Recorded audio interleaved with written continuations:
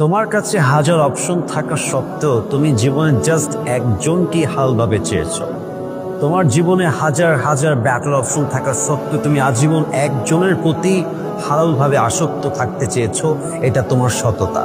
আর যাকে তুমি চেয়েছো সে তোমাকে বাদ দিয়ে অন্য কোথাও ব্যাটার অপশন খুঁজেছে, এটা তার ব্যর্থতা, এটা তার সততা নয়।